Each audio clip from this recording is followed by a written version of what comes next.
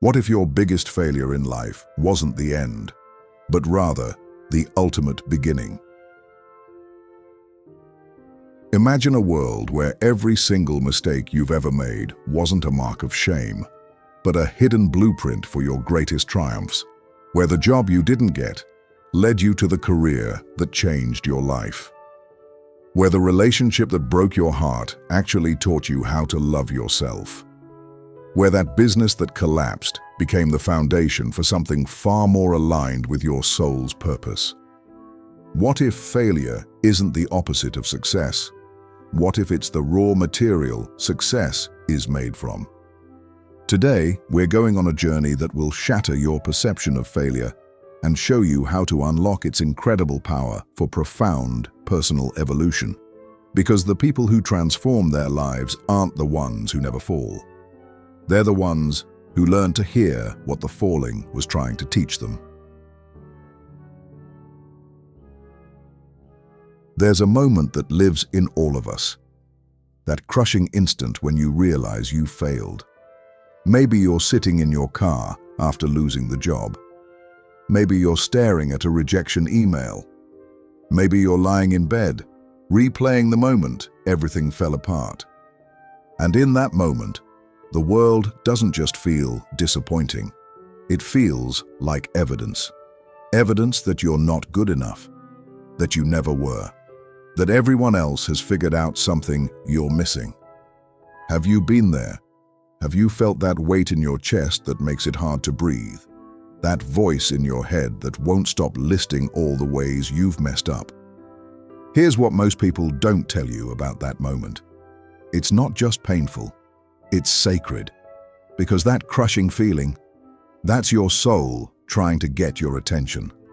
That's the universe tapping you on the shoulder and saying, there's something here you need to see. Something that's going to set you free. But we miss it. We're so busy drowning in shame, so desperate to escape the feeling that we run. We numb ourselves. We blame others. We build walls. And in doing so, we miss the gift that failure was trying to hand us.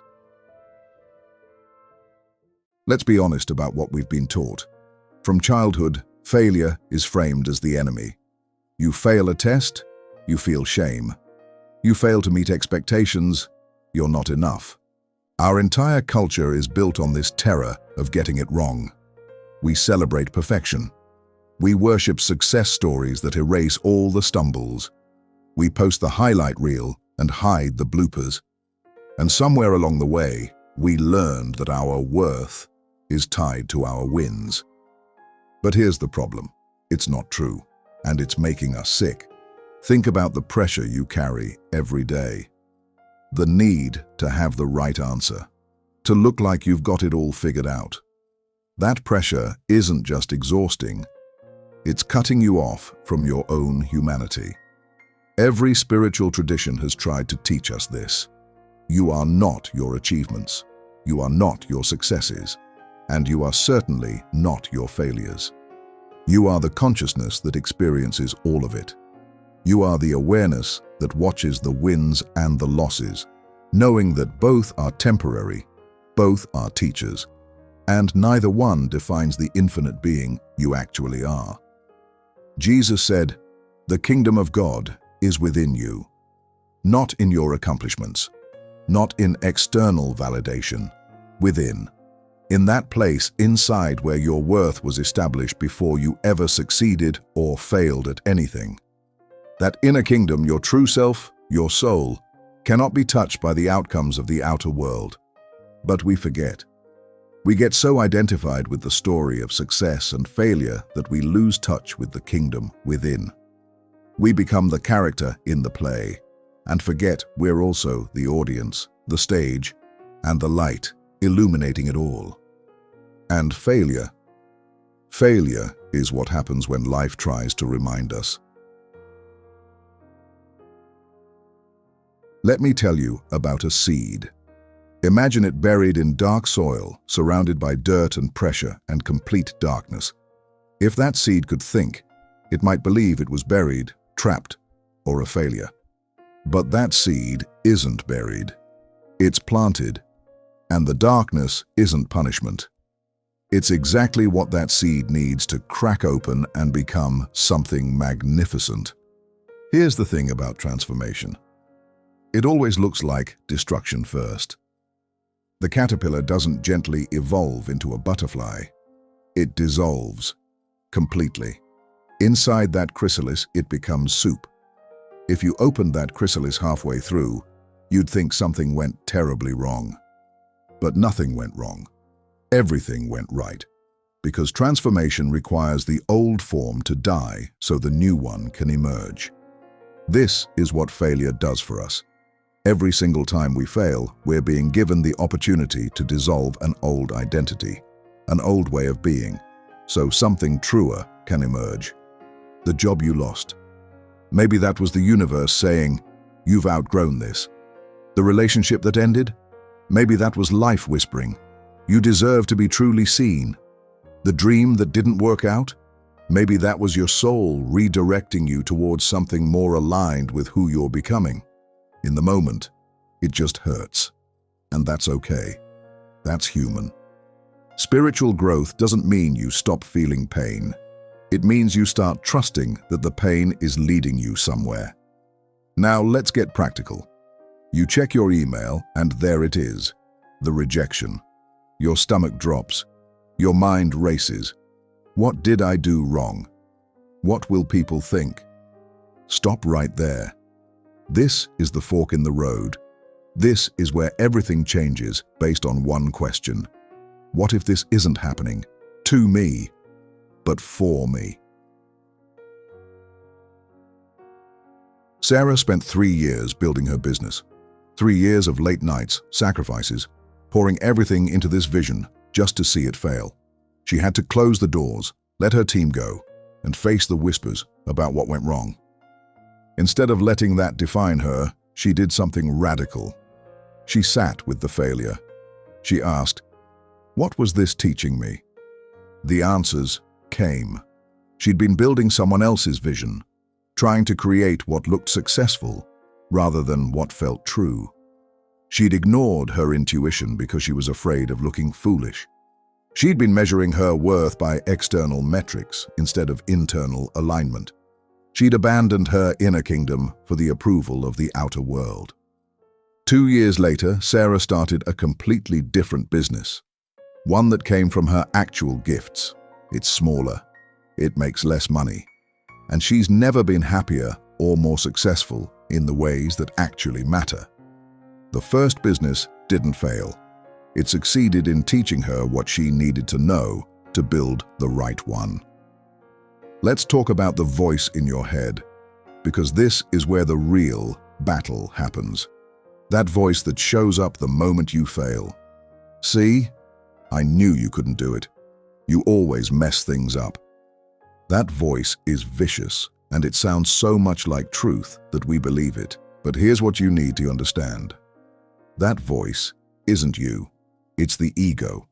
And the ego's job isn't to guide you toward truth. It's to keep you safe. And in the ego's world, safe means small, predictable, never risking failure again. The ego would rather you live a half-life than risk vulnerability. Because to the ego, failure is death. It's proof that you're not who you pretended to be. But from a spiritual perspective, from the perspective of your soul, your inner kingdom, failure is just information. It's feedback. It's the universe saying, "That didn't work. Here's what you learned. What do you want to try next?" Your soul isn't fragile. Your soul doesn't need to protect its image. Your soul is vast and eternal and completely unafraid of failure because it knows that nothing you do or don't do can diminish what you actually are. When that critical voice shows up, you have a choice. You can believe it's telling the truth about your worth, or you can recognize it as the frightened part of you and return to your inner kingdom, that place within where your worth is unchangeable, where you are already whole, already enough. You can say, gently, Thank you for trying to protect me, but I'm going to learn from this and keep going anyway. Here's something fascinating. You realize how much energy you've been spending trying to avoid failure. How many opportunities have you passed on because you weren't sure you'd succeed? How many dreams have you dismissed because the fear of failing was too much? How many versions of yourself have you never met because you were too busy playing it safe? The fear of failure doesn't keep us safe. It keeps us stuck. It keeps us small. It keeps us living someone else's definition of a good life. So here's the liberating truth. You're going to fail anyway. No matter how careful you are, you will fail at things. That's not pessimism. That's being human. The only question is whether you'll fail while reaching for something meaningful or fail by never reaching at all. Because not trying, that's the biggest failure of all. That's the failure you can't learn from. That's the slow death of potential, the quiet tragedy of a life unlived. Every time you fail, you're being shown an edge, a boundary, a place where your current understanding isn't enough anymore. And that edge is the most valuable thing you could discover. Your soul is trying to level up. Your consciousness is trying to expand. And the only way that happens is by reaching the edge of what you can currently do and learning how to go beyond it. When you fail, you're not moving backward. You're discovering exactly where you need to grow next. The failure is a flashlight illuminating the next step on your path. Maybe you started a project and couldn't finish it. That's showing you that you need to learn about discipline or working through resistance. Maybe you tried to set a boundary and it went badly. That's showing you need to learn how to communicate more effectively or stay grounded when someone pushes back. Every failure is pointing toward a skill you need to develop, a belief you need to examine, a fear you need to face. It's not random, it's intelligent.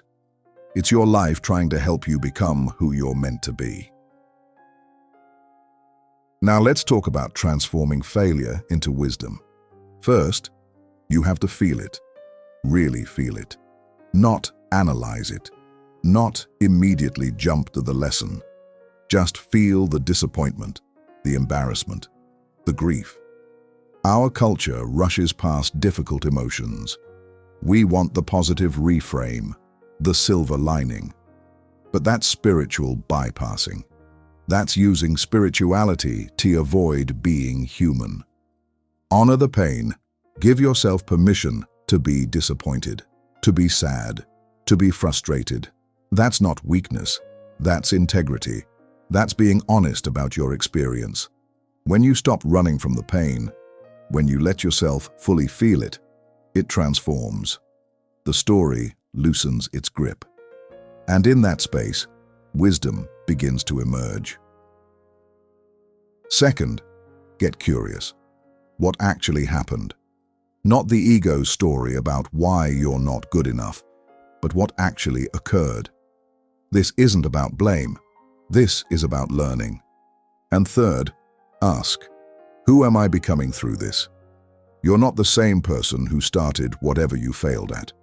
You're different now, more humble, more realistic, more compassionate, more resilient. You know things you didn't know before. That person you're becoming, that person is the success.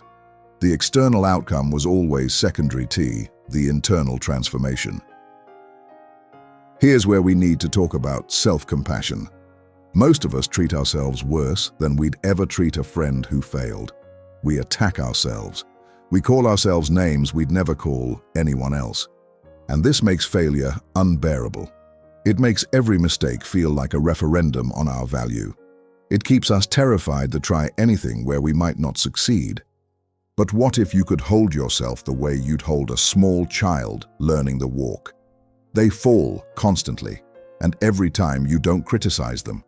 You smile, you encourage, you help them up. What if you could do that for yourself? What if the voice after a failure could sound like this? That didn't work out.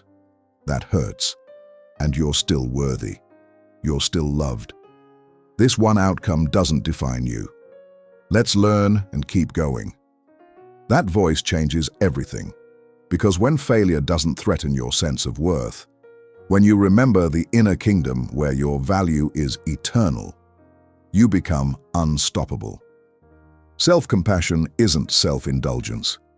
It's treating yourself like someone you genuinely care about, someone whose growth matters. And from that place of care, you can look honestly at what happened, learn from it, and do better next time. Not from shame, but from love. Let me tell you about adaptation. There's a concept called anti-fragility. Some things actually get stronger from stress. They need the challenge to grow. Your soul is anti-fragile, not your ego. Your ego is fragile as glass. But your soul grows through challenge. Every failure you face is an invitation to become anti-fragile, to not just bounce back to who you were before, but to evolve into someone more capable, more aware, more aligned with truth. This means letting go of rigid plans, releasing attachment to specific outcomes, being willing to pivot when life gives you feedback. Some of the most meaningful success stories happen because people were willing to completely change course when something wasn't working. The failure wasn't a detour from their path. It was the path. But you have to be listening to what the failure is showing you instead of just resenting that it happened. You have to be willing to release your grip on how you thought things should go. This is the art of adaptation. Not changing yourself to fit others' expectations, but evolving in response to truth. Allowing your dreams to mature as you do. When you embrace failure as a teacher instead of an enemy, you become free. You start trying things you wouldn't have tried before. You share work that isn't perfect. You have conversations you've been avoiding. You take risks that feel aligned with your soul, even if the outcome isn't guaranteed. You become more creative because you're not editing yourself before you begin. More authentic because you're not performing perfection. And you inspire others. When people see you being honest about your failures, when they watch you learn and grow and keep going, it gives them permission to do the same. We're so hungry for this, so tired of fake perfection, so desperate for someone to be real about the messy journey of being human. When you stop hiding your failures, you become that person for others. You become proof that it's possible to fall and rise, to fail and learn, to be imperfect and still worthy. I want to take you to the moment of breakthrough. You're facing a failure. Maybe the biggest one you've ever experienced. You're in that dark place where it feels like you'll never recover. And then something shifts. Maybe days later, maybe months. But there's a moment where you take a deep breath and realize, I'm still here. I'm still breathing. The world didn't end. I survived the thing I was sure would destroy me. And in that moment, you understand. You're stronger than you thought. Not because you didn't fall, but because you fell and got back up. That moment is awakening. That's your soul, your inner kingdom saying, see, you were never as fragile as you feared. You are vast. You are capable. You are so much more than your wins and losses. And from that moment forward, everything is different. You carry yourself differently. You make choices differently. You no longer need external validation because you've proven something far more important, that you can fall and rise, that you can fail and learn, that you can be broken and heal. That knowledge becomes unshakable confidence, not based on always succeeding, but on knowing you can handle whatever comes. So here we are at the heart of the teaching. Failure is not the opposite of success. Failure is the forge where success is created. It's the darkness where the seed cracks open. It's the teacher that shows you who you're capable of becoming. But only if you let it teach you. Only if you stop running and start learning. Only if you're willing to sit in the discomfort long enough to hear what it's trying to tell you. And here's the ultimate freedom. When you're no longer afraid of failure, you're no longer controlled by it. You can take the risks your soul is calling you to take. You can build the life you actually want. You can show up as your real self. Because you know the truth now. Even if you fail, even if you fall flat on your face, you'll be okay. More than okay. You'll learn. You'll grow. You'll become more of who you actually are. And that's the real goal. Not to never fail, but to become fully yourself. Not to always succeed, but to always grow. Not to avoid the falling, but to trust that every fall is teaching you how to fly.